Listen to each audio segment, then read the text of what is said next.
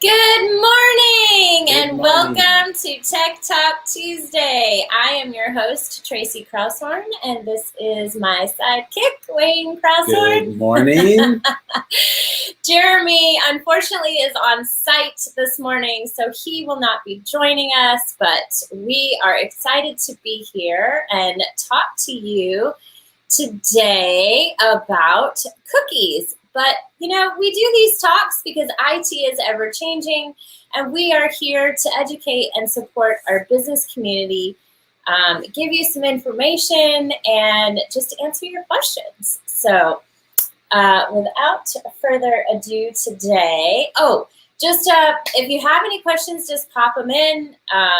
We are live on Facebook and in YouTube, so you can pop questions either place, and we will get to them towards the end of the show, and also afterwards, if you guys have questions afterwards too. So this morning, like I said, we are talking about cookies. Wayne, you want to tell them what cookies are? Sure. We really wanted to do this one because everybody has heard of cookies. They've seen cookies, but a lot of people don't really know what they are.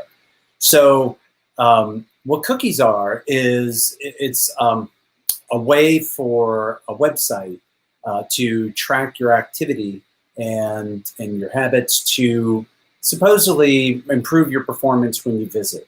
In a sense, it's information. When you visit a website, it sends a file which is stored in your browser, and the browser then holds that so that the next time you visit, it identifies you. So cookies, there are a lot of different types of cookies that are out there. If you think about a very simple one is a shopping cart.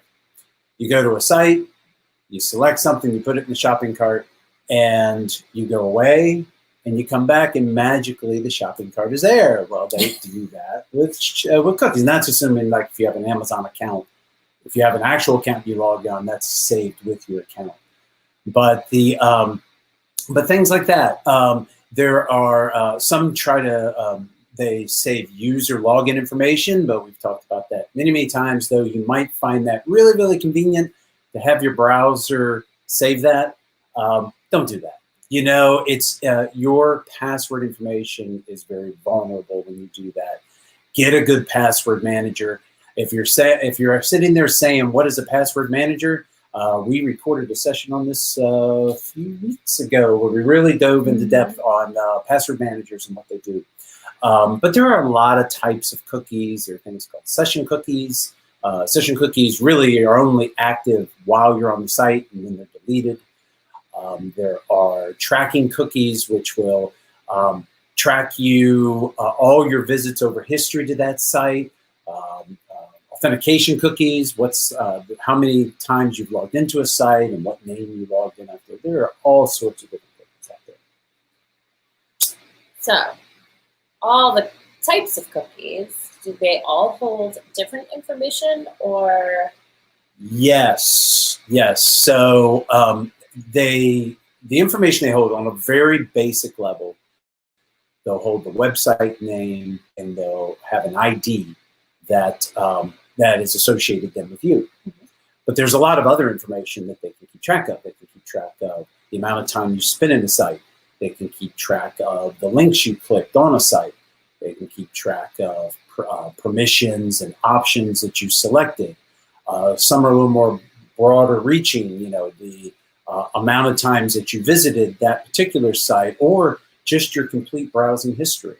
Yeah. So there's a lot of information that these things can keep track of. So I've noticed on a lot of the sites now, they have a little window that pops up that says, we track your cookies. Right.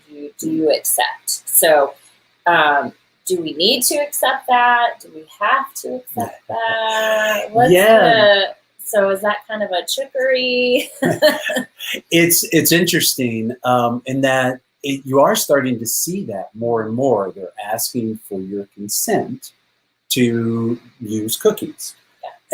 And what's really interesting about it is this really goes way back to legislation in Europe back in, I think it was 2002. It was their e-directive privacy policy, something or other, which mandated European companies had to get consent, and they even levy fines over there.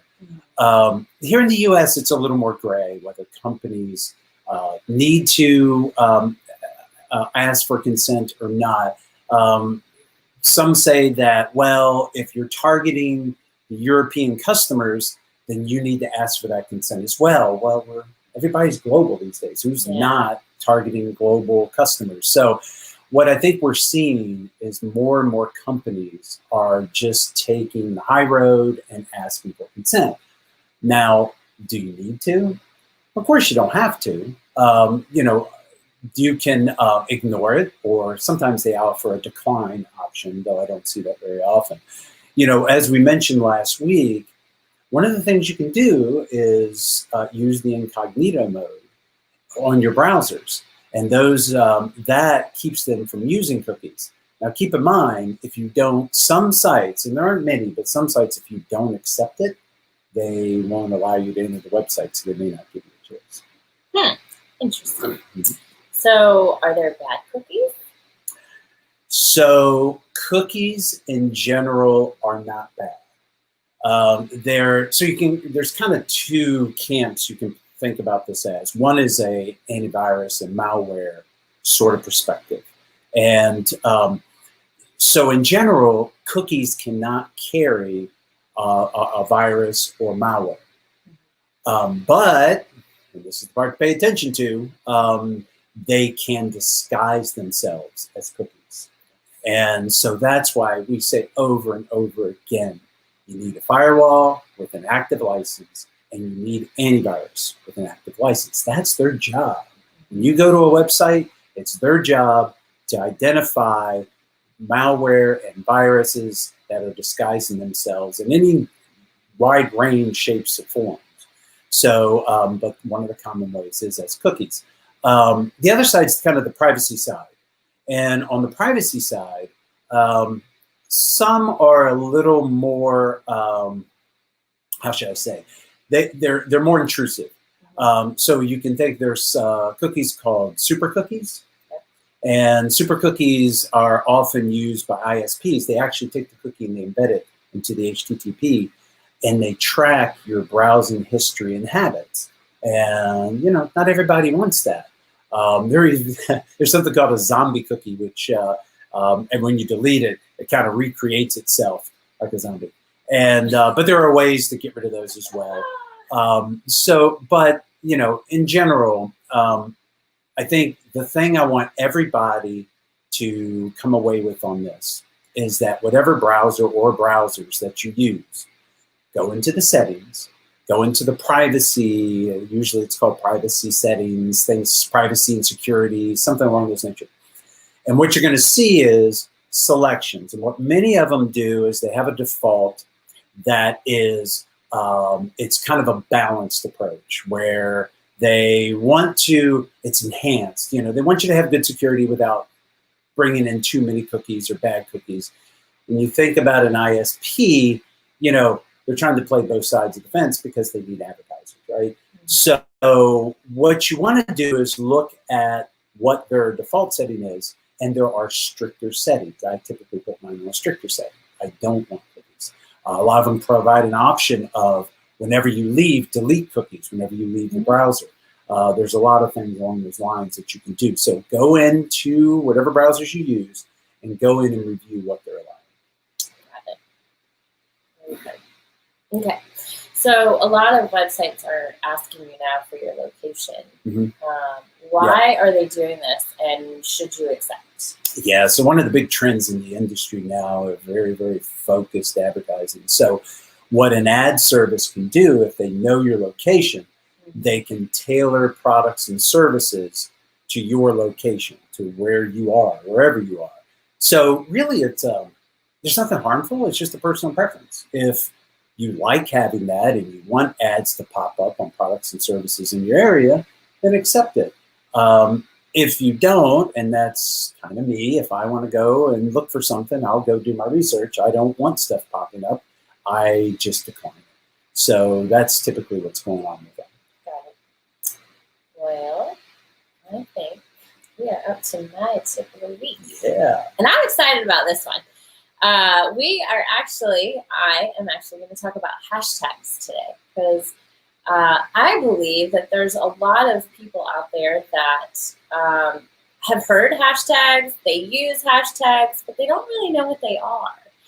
And what a hashtag is a way for people to find you. So every time you push a hashtag, like say in Facebook or Instagram or on your social media, if you actually click that hashtag or you go into the search and you put the hashtag in the search, it will pop up all the pictures and all the posts that have used that hashtag. So it's very interesting. So especially in Instagram, when you go and you put a hashtag and it pops up that little thing that says, 4 million hashtags used, and so you can actually click on that and go in and you can see all 4 million posts that use that hashtag. So when you're using hashtags, be smart. Obviously, you want to use your company name. You want to use what type of company you are. So let's say if you're a lawyer, you'd be hashtag lawyer, hashtag Tampa lawyer, hashtag Trinity lawyer, hashtag, if you specialize in property casualties or whatever. Accidents. Yeah. So you'd hashtag accident lawyer, hashtag, so you get the idea. So those are the hashtags because people do actually search those hashtags, and it's just a great way for them to find you. So every hashtag you put on, if they put in looking for, let's say, injury, they're going to see sites that have hashtag injury. Yes. Interesting. Yep. I've never used them. Yes. And so the key is to try and create hashtags and use hashtags that aren't very popular, right? So when people see them, and use them very often so that when people see your stuff, they always see your hashtags.